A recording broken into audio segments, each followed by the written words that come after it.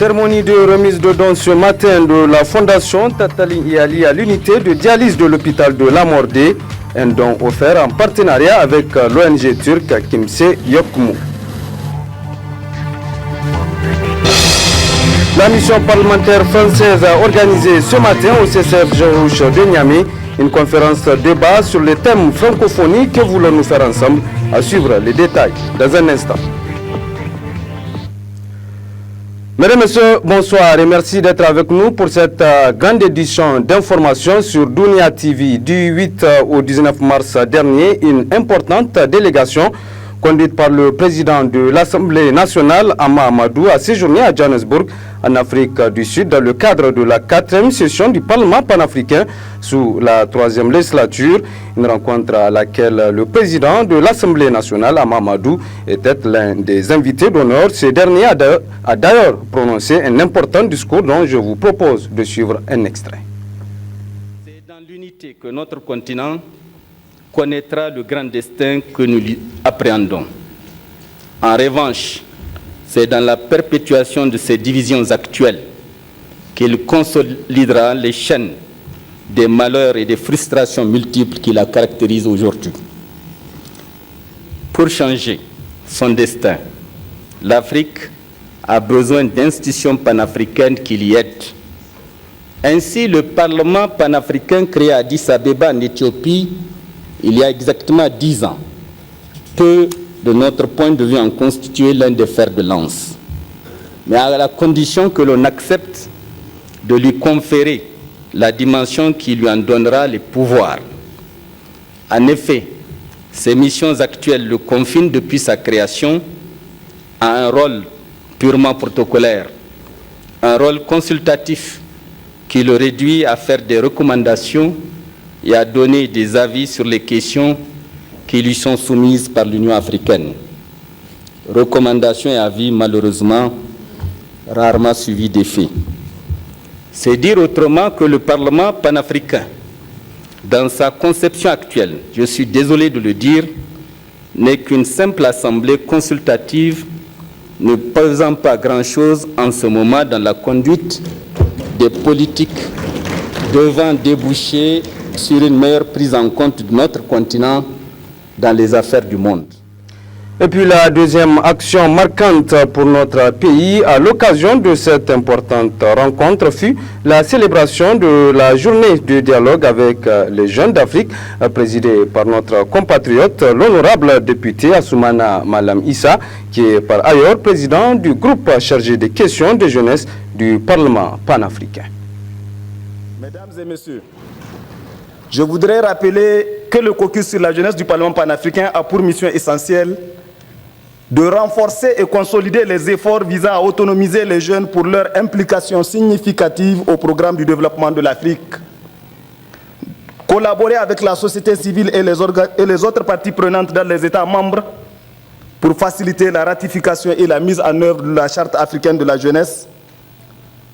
Collaborer avec la commission permanente du Parlement panafricain en charge de la jeunesse dans les activités relatives à celle-ci afin de piloter et améliorer le programme de promotion de la jeunesse conformément à la Charte africaine de la jeunesse et contribuer en rapport avec la commission susmentionnée, avec toutes les commissions permanentes et les caucus du pape, ainsi que les organisations poursuivant les mêmes objectifs, à promouvoir l'autonomisation des jeunes africains et à améliorer leur bien-être de façon globale à travers une meilleure éducation et des emplois décents partout dans le continent.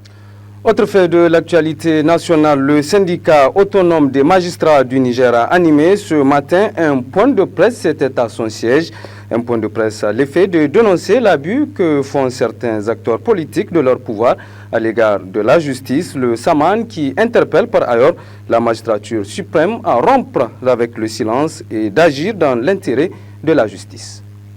Un certain nombre d'événements ont marqué ces derniers jours la vie judiciaire dans notre pays qui commande de notre part un certain nombre de réflexions et d'observations que nous nous proposons de vous livrer.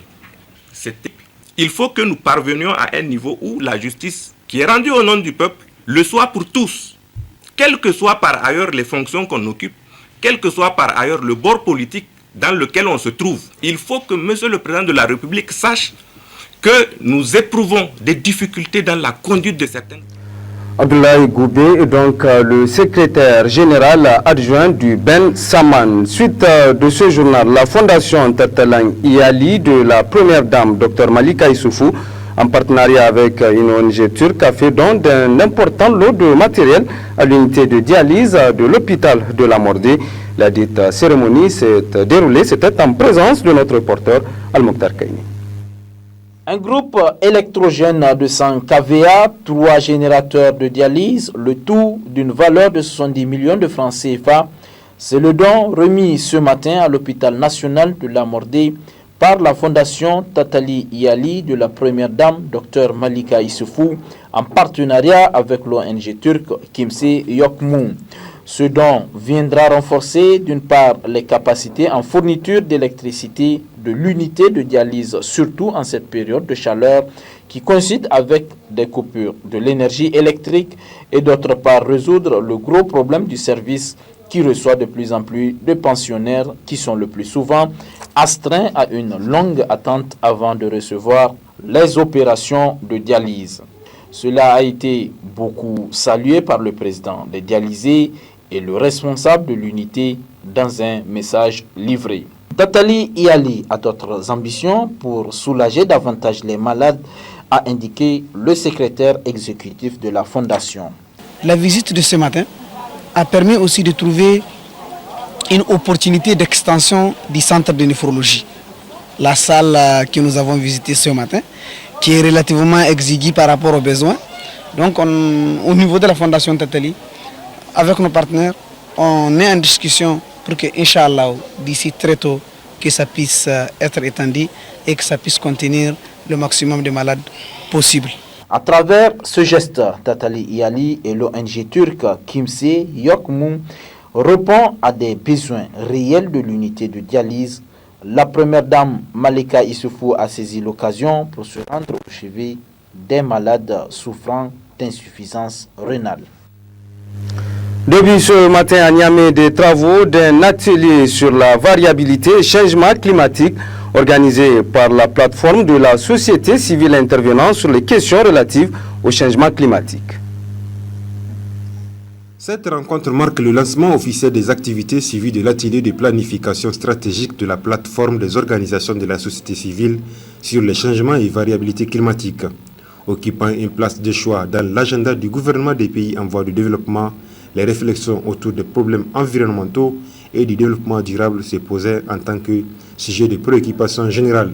Cette préoccupation est prise en compte par les organisations de la société civile qui ne cessent d'apporter leur contribution. La société civile qui doit jouer un rôle primordial de veille et de contrôle pour une meilleure gouvernance dans le cadre de la mise en œuvre de toutes ces conventions. Cette absence de la société civile a été relevée à plusieurs reprises, notamment à travers ce manque de dynamisme et de concertation qui ont engendré sa non-implication par les institutions étatiques dans plusieurs activités relatives aux programmes et politiques sur les changements climatiques et le développement durable. Le secrétaire exécutif du Conseil national de l'environnement pour un développement durable a dans son allocution donné le pourquoi le Niger a créé le CNDD et de sa dotation d'un secrétariat exécutif.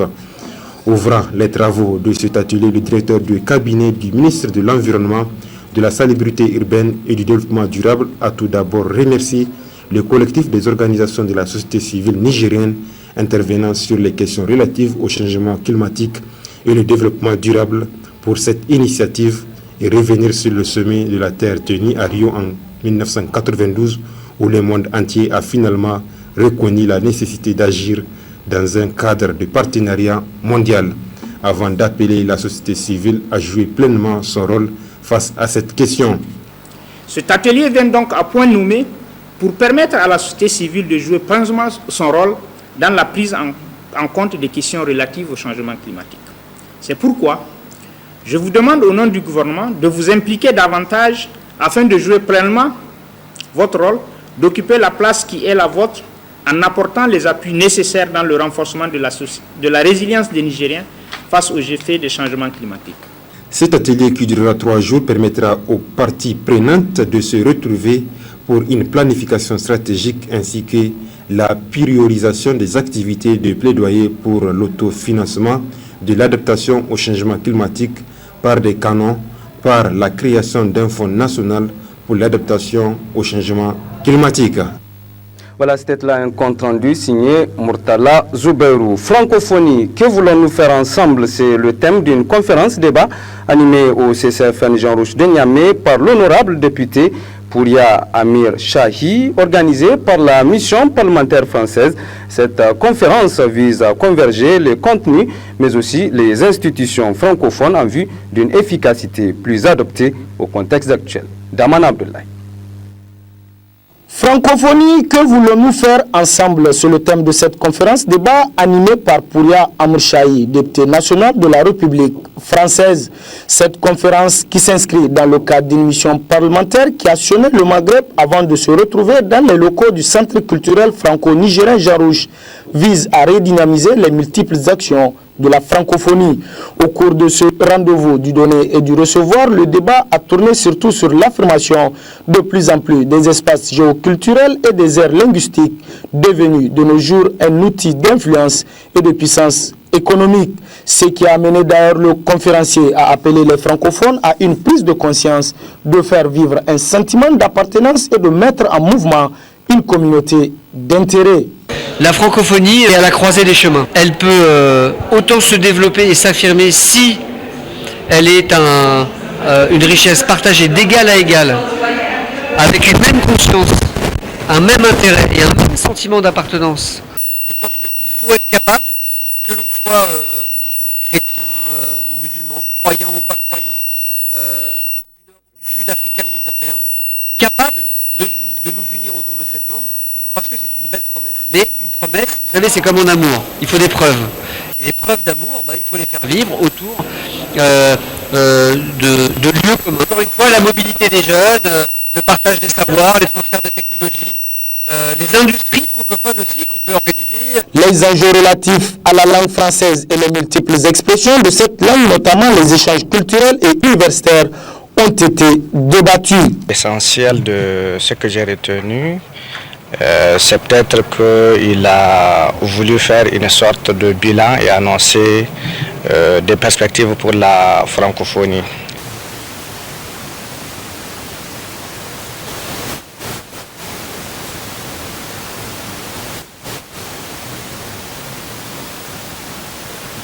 Malheureusement, nous ne pourrions pas suivre l'intégralité de cet élément. Suite donc de ce journal, dans le cadre de la célébration de la semaine de la francophonie, l'Alliance française de Maradi a initié une série d'activités dans la dite région. C'était du 20 au 25 mars dernier. D'autres précisions dans ce compte-rendu de l'un de nos correspondants permanents à Maradi, Alzouma Seni Soumaïla. Du 20 au 25 mars dernier, l'Alliance française de Maradi, à l'instar du monde francophone, a organisé dans la région de Maradi une série d'activités socio-culturelles et académiques dans le cadre de la célébration de la semaine de la francophonie.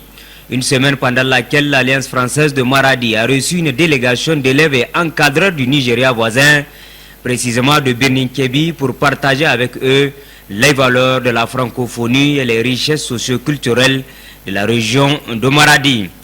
Pendant 5 jours, on a mené pas mal d'activités. La première activité, la plus importante, c'est notamment la conférence sur la francophonie elle-même, son historique, ses objectifs. La deuxième activité, c'était une exposition qu'on a faite sur les 10 mots de la francophonie. Vous savez, chaque année, quand on fête la fête de la francophonie, il y a des mots qu'on sort. Et ces mots-là, on essaie de faire pas mal d'exercices de langue sur ces mots-là. Donc ça, on a fêté ça avec une école qui est ici sur la route de la ferme avicole. Et après ça, donc, on a multiplié aussi des visites avec ces gens du Nigeria à l'intérieur de la région de Maradi, notamment à Guidarumji, et puis au bord du lac de Madarumfa. Et puis de retour ici, on a clôturé ça par un autre spectacle, un spectacle qui a réuni presque tous les jeunes talents de Maradi, puis le spectacle qu'eux-mêmes ils ont amené. Ce partage entre francophones et anglophones à l'occasion de la semaine de la francophonie aura permis à ces jeunes du Nigeria de découvrir les vertus de la francophonie et la région de Maradi sur tous ses aspects. Autre aspect de ce journal, Ecobank Niger a organisé c'était hier une soirée afin d'encourager et féliciter le champion en titre de la 35e édition du sabre national, le nouveau roi des arènes, Yacouba Adamou. À cette occasion, il a reçu un chèque d'un montant d'1 million de nos francs lourds et une carte gold. Ima Sebou. À travers cette cérémonie, Ecobank Niger célèbre la victoire de Yacouba Adamou, champion national de la 35e édition de lutte traditionnelle du Niger. Ainsi, un chèque de 1 million de francs CFA et une carte gold ont été offerts au champion national par la banque panafricaine Ecobank. Le directeur général d'Ecobank Niger, tout en saluant la bonne organisation du championnat, a évoqué certaines qualités du champion national avant de lui transmettre toutes les félicitations de l'ensemble du personnel d'Ecobank Niger. Pour y parvenir, cher champion, vous avez étalé au grand jour d'énormes qualités, desquelles tous les employés d'Ecobank Niger sont admiratifs. C'est ainsi que nous louons votre courage, votre persévérance, votre endurance, votre intelligence, votre ruse, votre jeunesse, votre force et votre goût de la victoire. Autant d'atouts qui vous auraient permis d'intégrer notre institution Ecobank, la banque.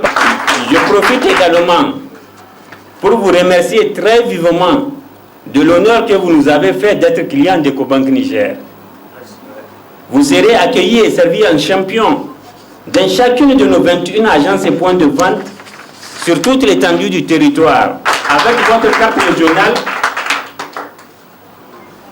vous avez accès à nos 35 distributeurs automatiques de billets 24 heures sur 24, 7 jours sur 7, situés dans nos agences au niveau des stations Total et au niveau de certains sites stratégiques de la ville de Niamey.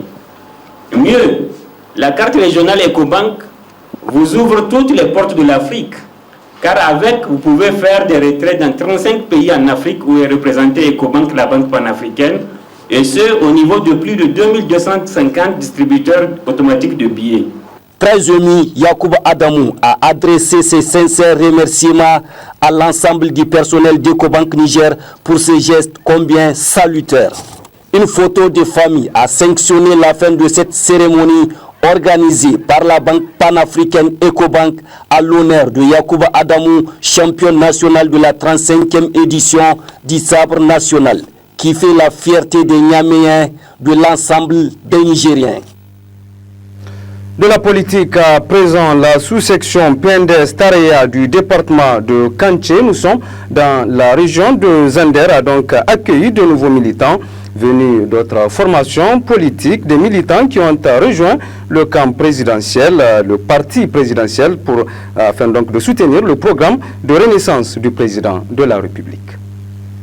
Le PNDS Tareya du département de Kanché vient d'accueillir dans ses rangs de nouveaux militants d'autres partis. Ces nouveaux militants ont été officiellement présentés aux différents responsables du parti à travers une grande cérémonie organisée pour la circonstance. En prenant la parole, le représentant des adhérents a clairement expliqué le motif de leur ralliement au PNDS Tareya. Selon lui, tout passe par l'exemplarité et des actions de développement posées par le président de la République, son Excellence Issou Mamadou. Président na PNDS na région, le président de PNDS na département qui Matamé, le président de PNDS na commune qui Par ces mots, je demande à adhérer à votre parti, le PNDS Tareya.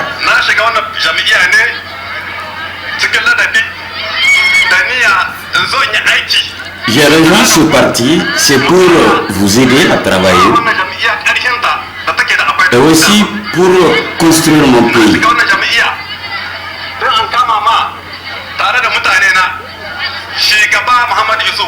J'ai rejoint ce parti, c'est pour soutenir les actions du président de la République. Et je viens avec toute ma délégation. parce que nous avons remarqué que le programme de renaissance du président de la République est bénéfique pour le pays.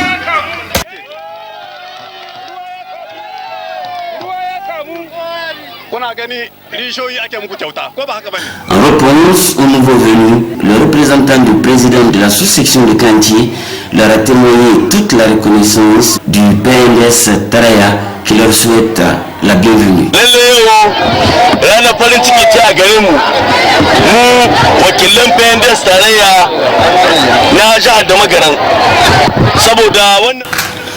Depuis ma bord, sachez que vous êtes les bienvenus au PNDS Taraya.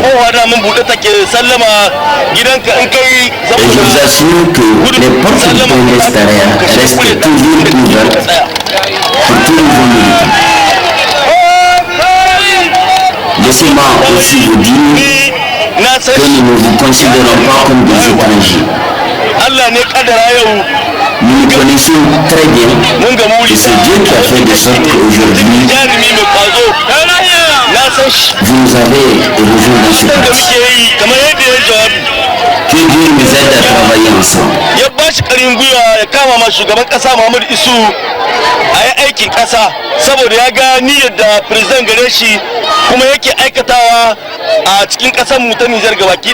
C'est la énième défection de militants d'autres partis enregistrés au profit du PNDS Taraya de la région des Zender. Cette adhésion massive au PNDS s'explique par la réussite du programme de renaissance du président de la République. Le constat qui se dégage aujourd'hui, avec cette tendance, l'électorat du Parti Rose connaîtra une nette progression dans la région des Zender aux échéances à venir.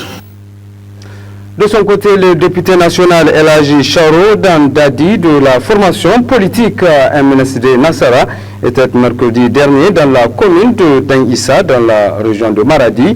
Objectif, participer à un meeting de confirmation définitive de son adhésion au MNSD Nassara.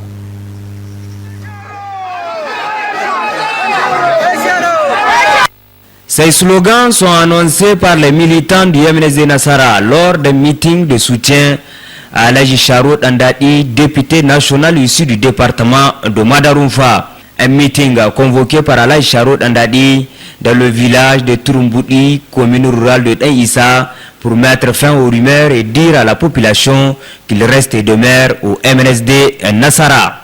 gashi Allah ya kawo mu inda muka sadu a wanka dandali don mu fahimci juna ku gane mu miƙa muku sahiya godiya mu zuwa gare ku mu kuma mu maku godiya ku gan mu gan ku kusa ga rudani da ke yaduwa na siyasa tare mu bi gari gari mu bi gida gida mu waye mu kanku mu ba ku labari don rudani ya yi ina godiya muna ma Allah godiya da honorable deputy Murtala Ali da Isa kowa ta wurin shi kowa ta inda muke inda muna nan MNSD nasara ko kata. Ce meeting autour de Elhaji Charo Dadi aura permis aux militants du MNSD Nassara qui le soutient de voir clair dans ses choix politiques et au-delà dans la marche politique actuelle du pays. Dernier aspect de ce journal, fin hier au centre culturel Oumarou Ganda de Niamey des assises de la première assemblée générale annuelle du mandat 2012-2015 du syndicat national des enseignants du Niger. Plusieurs résolutions et recommandations ont été adoptées à l'issue de ces travaux. Les images. Vive la Pouzane! Vive la Pouzane! Vive la CPTN! Vive la CPTN! Vive la Poussini!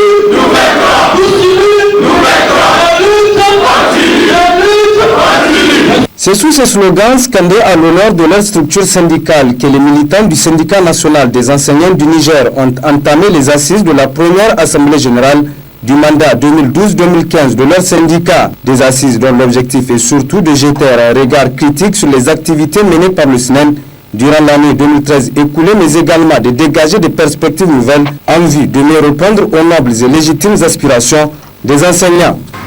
Certes, le leadership du SNEN dans le secteur de l'éducation est incontestable, mais cela ne doit pas nous faire perdre de vue notre responsabilité en tant que responsables syndicaux pour davantage redynamiser nos structures. En effet, l'évolution du monde du travail nous commande une capacité d'adaptation en repensant nos stratégies pour relever les défis afin de répondre aux légitimes aspirations de nos militantes et militants. Après 48 heures d'intenses travaux marqués par des débats fort enrichissants, ces assises ont permis aux participants de formuler plusieurs résolutions et recommandations allant dans le sens de redynamiser le système éducatif. Résolution numéro 1, relative au respect des accords. L'Assemblée générale annuelle tenue à Niamey au CCOG les 25 et 26 mars 2014 exige du gouvernement le respect des engagements librement souscrits, engage le Bureau exécutif national du SNEN à mener des actions concrètes, engage toutes les sections à se mobiliser pour la réussite des actions futures.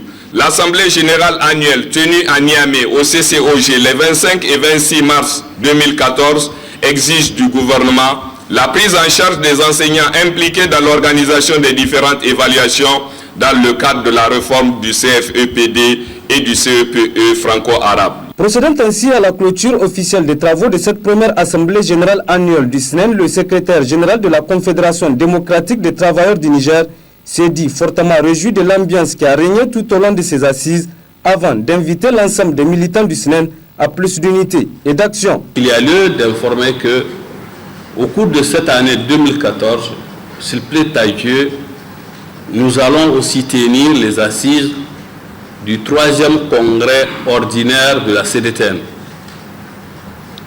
Et compte tenu de ces deux enjeux, à savoir l'organisation d'élections professionnelles au Niger et l'organisation du 3e congrès ordinaire de la CDTN, je vous demande de vous impliquer au niveau de vos sections respectives pour que les structures de la CDTN soient redynamisées ou dans certains cas même renouvelées.